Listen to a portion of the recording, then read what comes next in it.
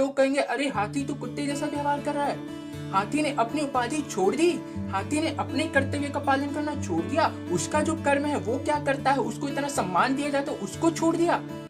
आपको मैं बहुत सिंपल सी बात बताने वाला हूँ। मेरे पास बहुत लोग हमेशा आते हैं और मैं हमेशा इसका उत्तर देता रहता हूँ, इसका आंसर देता हूँ कि आपको कोई कुछ कहता है, आपकी भक्ति को लेके कोई कुछ कहता है, कोई प्रश्न करता है, तो उसको इग्नोर किया करिए। क्यों?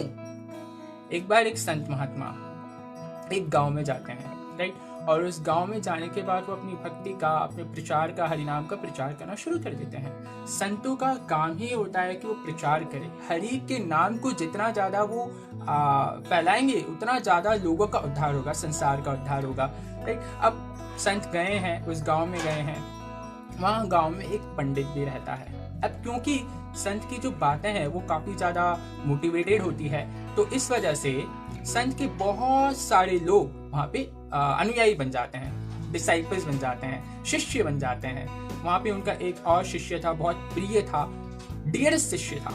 देखिए हुआ ये कि वहाँ एक पंडित जो था वो उनसे घृणा करने लगा, वो उनसे जलने लगा। किससे? संत महात्मा से। अब जब संत महात्मा से वो जलने लगा तो पंडित ने क्या करा, पंडित ने कहा कि देखो इस संत की बुराइयां करना शुरू कर दो, इस संत के बारे में गलत गलत अफवाहें फैलाना शुरू कर दो। पंडित ने वही किया। उनके पंडित के जो अनुयायी थे, पंडित जी के जो शिष्य थे, उन्होंने भी यही किया। संत महात्मा की बुराइयां शुरू, संत महात्मा के बारे में गलत गलत बातें पूरे गांव में फैल गई। गांव तो छोड़ो, गांव के दूसरे गांव में भी फैल गई। अब क्योंकि एक शिष्य था जो डियरेस्ट था संत महात्मा जी का, उसको ये बात पता चली, वो तुरंत भागा आया संत महात्मा जी के पास और संत महात्मा जी से कहता है, गुरु जी आप क्यों चुप क्यों हो, आप शांत क्यों हो? वो आपके बारे में पता नहीं क्या क्या कह रहा है, हमें उसे कुछ जवाब देना चाहिए। अगर हम जवाब नहीं देंगे तो पूरे संसार में, या जैसे गांव है ना, ऐसे आपकी पहुंच तो बहुत बढ़ जाती है, मैं जानता हूँ। पूरे गांव में, गांव से बढ़कर गांव में, गांव से बढ़कर गांव में, ऐसे करके शहर शहर करके पूरी दुनिया में आपकी बदनामी हो जाएगी। आप कुछ करें, आप कुछ जवाब दें। संत महात्मा जी मुस्कुराए और कहा, तुम शांत हो जाओ, बी काम। क्यों? करना क्या है? देखो, जब एक हाथी होता है ना, बहुत बड़ा विशाल हाथी, वो जब भी नगर में निकलता है तो बहुत सारी गली के कुत्ते उसको भौंकने लगते हैं। कोई आगे से भौंक रहा है, कोई पीछे से भौंक रहा है, कोई दाएं से भौंक रहा है, कोई मतलब सब चारों ओर से घेर के उस हाथी को भौंकने लगते हैं। हाथी कुछ नहीं करता, हाथी कुछ नहीं करता। हाथी अपने रास्ते पर चलता जाता है, क्योंकि हाथी जानता है कि इन कुत्तों का तो काम ही है भौंकना। अगर मैंने इनकी तरफ ध्यान दिया तो हाथी का जो कद है वो कैसा हो जाएगा? छोटा हो जाएगा।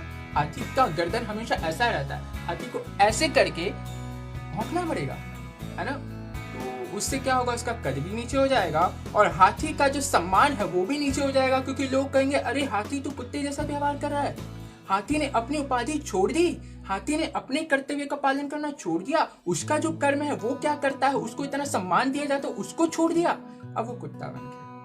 नहीं, संत महात्मा भी वही बताना चाह रहे हैं, हमें ऐसा नहीं करना चाहिए। हम भक्ति में जब आगे बढ़ते हैं, हम भक्ति में लगातार कंटिन्यूसली चलते रहते हैं, तो बहुत सारे लोग आते हैं, बहुत सारे लोग टॉन्ट मारते हैं कि तो अपनी पास्ट लाइफ में ऐसे थे, आप अब ऐसे हैं, आप ऐसे हैं ही नहीं। आप, मैं जानता हूँ आप ये भक्ति आपसे नहीं होगी, आप हरि प्रचार कर ही नहीं सकते, आप एक भक्त है ही नहीं। अब मैं अगर उनको जवाब देने गया कि नहीं ऐसा नहीं है, आप गलत कह रहे हैं, मेरे पास ये प्रमाण है, मेरे पास ये है, मैं ये करता हूँ, मैं वो करता हूँ, मेरे शिष्यों से पूछो, इनसे पूछो, उनसे पूछो, इससे क्या होगा?